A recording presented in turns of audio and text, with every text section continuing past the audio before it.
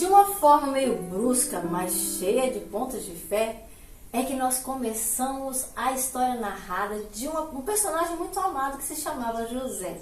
Mas antes do cumprimento, te apresento a minha saudação, desejando que o Espírito Santo fale hoje ao seu coração.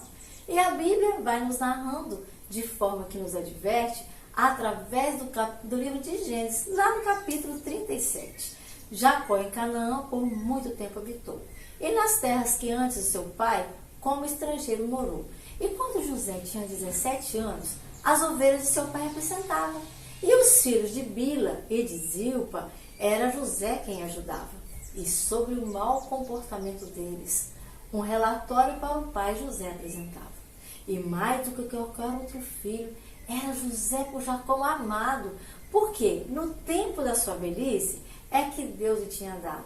E por isso ele mandou fazer uma túnica longa, e para José aquele objeto foi presenteado. E quando seus irmãos perceberam que ele era o mais amado, passou José a ser por eles, dentre todos, o mais odiado. E eles já não conseguiram tratá-lo amigavelmente, e as atitudes para com ele eram feitas sorrateiramente. E certa vez José teve um sonho, e quando aos irmãos ele o sonho contou, o ódio que eles sentiam pelo irmão só aumentou. E ele diz: estávamos atando trigo desta forma, José o sonho narrava. E quando o meu feixe se levantou e bem de pé ele ficava, os seus feixes se ajuntaram, bem diante de mim se curvava. Então seus irmãos disseram: você sobre nós reinará?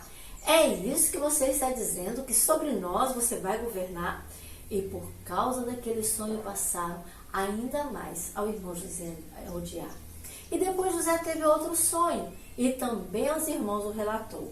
Ele viu o sol, a lua e 11 estrelas, que diante deles tudo aquilo se apresentou. E assim, de forma respeitosa, diante de José, cada um se curvou. E quando o pai ouviu o sonho, José sofreu uma repreensão, porque ele não aceitava tal forma de submissão. Será que eu e sua mãe e todos os seus irmãos, diante da sua presença, nos encurvaremos até o chão? E os irmãos sentiram ciúmes, mas o pai sobre isso refletia, querendo mais entender o que haveria de ser, o que era aquilo que sucedia.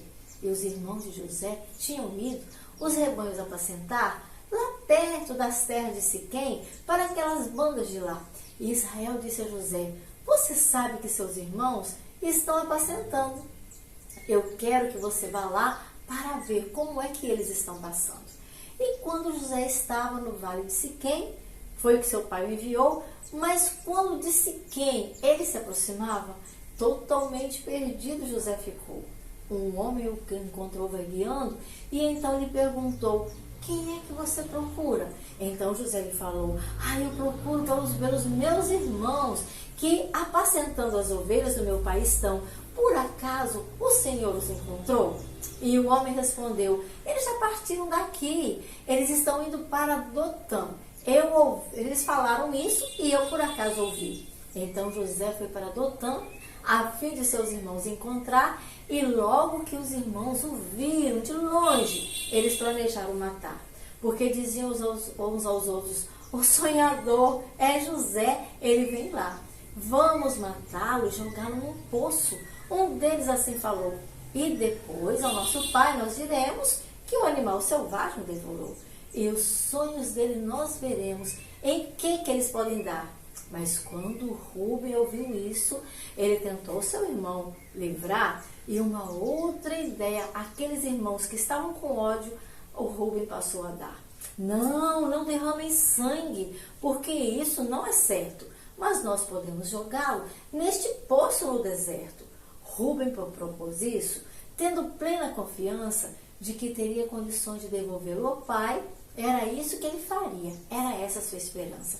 E chegando José a seus irmãos, a túnica dele logo arrancaram. E quando pegaram dentro daquele poço, foi ali que eles jogaram. E depois, para comer, os irmãos se assentaram. E eles viram ao longe uma caravana de ismaelitas que de Gileade vinha, e os seus camelos estavam carregados de especiarias. Tinha bálsamo, mirra, e era para o Egito que a caravana seguia. Ah, vamos vendê-lo ismaelitas, e nele nós não tocaremos, afinal ele é o nosso irmão, e sangue nós não derramaremos. E os irmãos disseram, sim, é isso mesmo que nós faremos. Quando os mercadores de Midian, dos irmãos, se aproximaram, eles foram até o poço e de lá a José tiraram, e por 20 moedas de prata, aquele irmão José, eles trocaram. E assim os israelitas para o Egito, bem longe dali, o levaram. Quando Rúben voltou do campo e viu que José não estava lá, ele ficou tão desesperado que as vestes ele começou a rasgar. O menino não estava lá, e agora o que eu farei? Diante deste fato, para onde é que eu irei? Então eles mataram um bode, e o seu sangue do bode tiraram, e a túnica de José daquele sangue eles mancharam. E depois um recado com a túnica ao pai deles eles enviaram. E disseram, nós encontramos essa roupa, veja se do teu filho é, se é do teu filho muito amado, se é do teu filho José. E Jacó reconheceu e disse, de modo bem desolado, é a túnica do meu filho, com certeza ele foi atacado por algum animal selvagem, e foi por este animal devorado. Então Jacó vestiu panos de saco, a sua roupa de tristeza ele rasgou, e durante muitos dias, por muito tempo, pelo seu filho chorou. Todos os seus filhos e filhas vieram para Jacó consolar, mas nada fazia Jacó com aquele fato se conformar. Não posso deixar de chorar, ele disse, pois chorando eu morrerei, e para a sepultura um dia, em breve, é que chorando eu irei.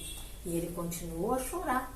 Enquanto José no Egito, foi pelos midianitas a um homem, oficial do faraó, a este homem vendido ali no Egito. Meus queridos, que trama, hein? Nem os melhores filmes de Hollywood poderiam talvez imaginar uma cena dessas. O ódio. A gente percebe aqui, meus queridos, um pouco de culpa de Jacó, porque Jacó preferenciou um filho em detrimento do outro. Nós pais precisamos ter cuidado. Nossos filhos são diferentes, talvez a forma de tratá-los também seja diferente, mas nós precisamos ter cuidado para não gerar ciúmes entre os nossos. José foi ciumado sem ter talvez culpa. Os sonhos que ele tinha, era Deus quem estava dando. Nós vamos ver futuramente, nos próximos capítulos, que Deus tinha um plano especial na vida de José, como assim tem também na nossa vida. Então, viva seus dias vivendo assim com alegria, na certeza de que Deus está no controle da sua existência. E tenha fé como José. Com 17 anos, ele não se desesperou, apesar de ter sido vendido. Nós somos vendidos pelo pecado, também somos escravos do pecado. Mas Deus é nosso Pai, e em breve Ele vem nos buscar.